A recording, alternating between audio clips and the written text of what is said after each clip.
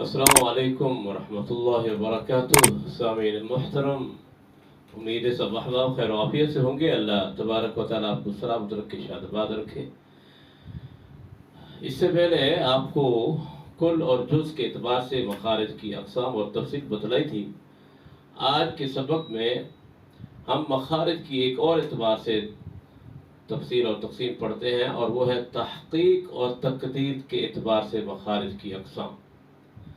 اب دیکھتے ہیں کہ تحقیق اور تقدیر کے اعتبار سے مخارج کی اقسام کتنی ہیں اور کون سی۔ آئیے سبق کی طرف۔ فرمایا تحقیق اور تقدیر کے اعتبار سے مخارج کی اقسام۔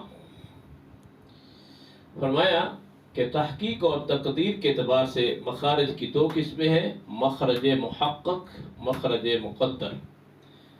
جیسے پہلے آپ نے پڑھا تھا کہ کل اور جز کے اعتبار سے مخارج کی دو قسمیں، مخرج کلی اور مخرج جزئی۔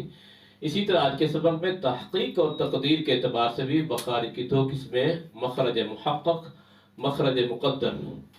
مخرج محقق کسے کہتے ہیں یا مقدر کسے کہتے ہیں؟ دیکھیے، مخرج محقق کی تعریف۔ مخرج محقق اس مخرج کو کہتے ہیں کہ حرف کی آواز کے لیے کوئی جگہ متعین ہو کہ آواز وہاں لگنے کے بعد رک جائے،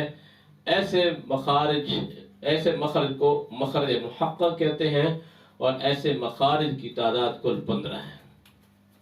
اب سمجھیے، حرف کی آواز جو ہے جس مخرج کے اوپر لگنے کے بعد رک جائے، جاری نہ ہو، ختم ہو جائے، رک جائے، اور وہ حرف ادا ہو جائے، تو فرمایا ایسے مخرج کو مخرج محقق کہتے ہیں کہ آواز وہاں پہ مخرج پہ لگی اور رک گئی، تو اس قسم کے مخرج کو مخرج محقق کہتے ہیں۔ اور امام خلیل ابن احمد الفراہیدی کے اعتبار، ان کے قول کے اعتبار سے مخارج کی جو 17 کی تعداد قول اور نقل کیا تھا، ان 17 مخارج میں سے 15 مخارج جو ہیں مخارج محقق ہیں، مخارج محقق ہیں۔ یعنی اگر آپ غور کریں، جوفدان اور خیشوم، ان کو دو مخرج کو نکالنے کے بعد باقی سارے مخارج اور دوسری قسم جو ہے وہ مخرج مقدر۔ مخرج مقدر کسے کہتے ہیں؟ اس کی تعریف کیا دیکھیے۔ فرمایا مخرج مقدر اس مخرج کو کہتے ہیں کہ حرف کی آواز کے لیے کوئی جگہ متعین نہ ہو کہ آواز لگنے کے بعد رک جائے، بلکہ آواز جگہ متعین نہ ہونے کی وجہ سے جاری رہتی ہے، اس کو روکا جاتا ہے۔ ایسے مخارج کل 2 ہیں، خیشوم اور جوفدان۔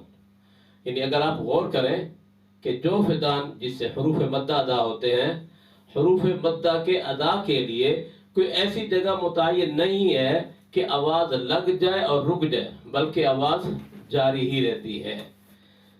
اسی طرح جیسے آپ پڑھتے ہیں الف مدہ کو، با، اب یہ با کی آواز جو ہے الف کو جتنا مرضی لمبا کر دیا جائے، آواز رکے گی نہیں جب تک کہ آپ اس کو روکیں گے۔ اسی طرح غنّے کی آواز ہے، اس غنّے کی آواز کو اب یہ جتنی مرضی لمبا کرتے چلے جائیں رکے گی نہیں۔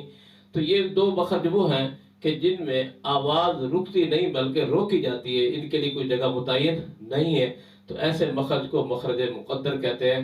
خلاصہ یہ ہے کہ تحقیق اور تقدیر کے اعتبار سے مخرج کی 2 قسمیں، مخرج محقق، مقدر۔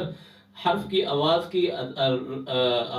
آواز کے لیے کوئی جگہ متعین ہو کہ وہاں آواز لگ کے رک جائے، وہ مخرج محقق ہے، اور جہاں آواز مخرج پہ لگ کے نہ رکے بلکہ جاری رہے، اس کو مخرج مقدر کہتے ہیں۔ تو 17 مخارج میں سے 15 مخارج مخارج محقق ہیں، اور 2 مخارج یعنی جوفدان اور خیشوم یہ مخرج مقدر ہیں۔ امید ہے کہ آپ کو آج کا سبق سمجھ آ گیا ہوگا۔ اللہ آپ کو سلامت رکھے۔ السلام علیکم ورحمۃ اللہ۔